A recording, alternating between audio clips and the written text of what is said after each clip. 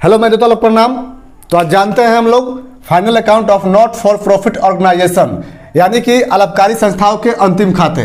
अलाभकारी संस्था अपने संस्था को साल भर चलाती है और साल के अंत में वह जानना चाहती है कि उसके संस्था में कितना नकद आया और कितना नकद गया, कितना आय हुआ और कितना व्यय हुआ, और ये भी जानना चाहती है कि साल के अंत में कितना का संपत्ति उसके पास है और कितना का दायित्व है। इन सभी बातों को जानने के लिए जो खाता एक अलाभकारी संस्था तैयार करती है वह इस प्रकार से है, यानी कि 1 नंबर में वह क्या बनाती है, receipts and payment account. 2 number में बनाती है इनकम एंड एक्सपेंडिचर अकाउंट, और तीसरे में क्या बनाती है, बैलेंस शीट। तो रिसिप्ट्स एंड पेमेंट अकाउंट क्या है, क्या समझते हैं इससे, रिसिप्ट्स एंड पेमेंट अकाउंट क्यों बनाते हैं भाई? तो चलिए जानते हैं। यहाँ पे दिया हुआ है प्राप्ति एवं भुगतान खाता वह खाता है जिसे साल के अंत में अलाभकारी संस्थाओं द्वारा यह जानने के लिए तैयार किया जाता है कि संस्था में कितना नकद आया और कितना नकद गया। इसे नकद के आधार पर तैयार किया जाता है, अतः यह वास्तविक खाता है और इसका प्रारूप इस प्रकार से है। यानी कि प्रारूप कहने का मतलब यह हुआ कि एक संस्था रिसिप्ट्स एंड पेमेंट अकाउंट यह जानने के लिए साल के अंत में बनाती है कि उसके संस्था में कितना नकद आया और कितना नकद गया। तो इसमें केवल और केवल नकद का काम होता है, यानी कि यह नकद के आधार पर तैयार किया जाता है और इस प्रकार के फॉर्मेट में, यानी कि इधर में लिखा हुआ है रिसिप्ट्स, यहाँ पे अमाउंट, यहाँ पे पेमेंट और यहाँ पे अमाउंट। इस साइड में डीआर होता है और इस साइड में सीआर होता है। लेकिन इससे पहले for the year ended dash dash, यानी कि डैश डैश में डेट भर देंगे उस समय का जिस समय संस्था की समाप्ति होती है, यानी कि साल के अंत में। 2 में आता है इनकम एंड एक्सपेंडिचर अकाउंट। तो इनकम एक्सपेंडिचर अकाउंट क्यों बनाया जाता है भाई? तो एक अलाभकारी संस्था के द्वारा इनकम एक्सपेंडिचर इसलिए बनाया जाता है ताकि यह पता चल सके कि साल के अंत में कितना का आय हुआ और कितना का व्यय हुआ। तो यहाँ पे दिया हुआ है आय व्यय खाता वह खाता है जिसे साल के अंत में अलाभकारी संस्थाओं द्वारा यह जानने के लिए तैयार किया जाता है कि संस्था में कितना का आय हुआ और कितना का व्यय हुआ।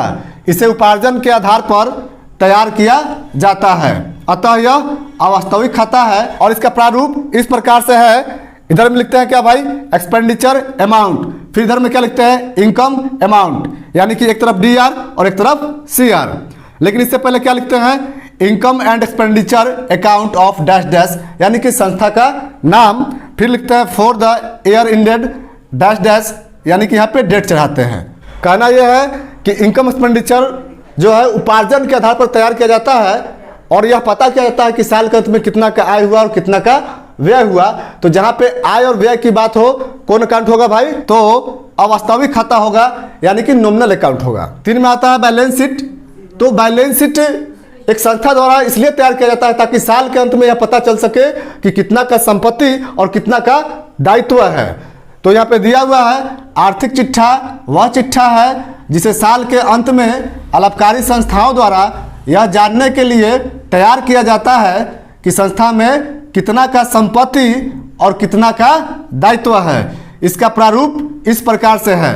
तो कहना यह है कि एक अलाभकारी संस्था के अंतिम खाता में 2 अकाउंट्स और 1 स्टेटमेंट तैयार किए जाते हैं, यानी कि 2 अकाउंट्स कौन कौन? तो 1 में हो गया रिसिप्ट्स एंड पेमेंट अकाउंट, 2 में हुआ इनकम एंड एक्सपेंडिचर अकाउंट और 3 में हुआ क्या भाई, बैलेंस शीट। तो बैलेंस शीट क्या है भाई? तो बैलेंस शीट एक आर्थिक चिट्ठा है। चिट्ठा कहने का मतलब यहाँ पे ये हुआ कि पहले के ज़माने में मोबाइल या फ़ोन नहीं हुआ करता था, तो लोग जो है अपना स्थिति चिट्ठी के जरिए पता करते थे कि भाई हम लोग अच्छे हैं, आप कैसे हैं, सो बतलाइए। तो एक दूसरे का स्थिति जो है वह चिट्ठी के माध्यम से जानते थे। चिट्ठी में थोड़ा सा बात होता था, इसलिए उसका नाम चिट्ठी था।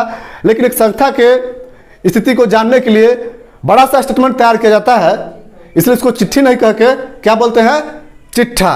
तो बैलेंस शीट एक चिट्ठा है, कोई अकाउंट नहीं है, जो संस्था के स्थिति को दर्शाता है। लेकिन इन दोनों में एक बात बहुत ही मेन है, बहुत ही मुख्य है, जिसे जानना जरूरी है। तो बात कौन है भाई? तो एक क्वेश्चन यहाँ पे निकलता है कि रिसिप्ट्स एंड पेमेंट अकाउंट किस आधार पर बनाया जाता है? तो यहाँ पे दिया हुआ है कि रिसिप्ट्स एंड पेमेंट अकाउंट नकद के आधार पर बनाया जाता है। किस आधार पर बनाया जाता है भाई? तो नकद के आधार पर रिसिप्ट एंड पेमेंट अकाउंट को तैयार किया जाता है। इनकम एक्सपेंडिचर से भी एक प्रश्न निकलता है, तो यहाँ पे दिया हुआ है इनकम एंड एक्सपेंडिचर अकाउंट उपार्जन के आधार पर बनाया जाता है। किस आधार पर बनाया जाता है भाई? तो उपार्जन के आधार पर बनाया जाता है।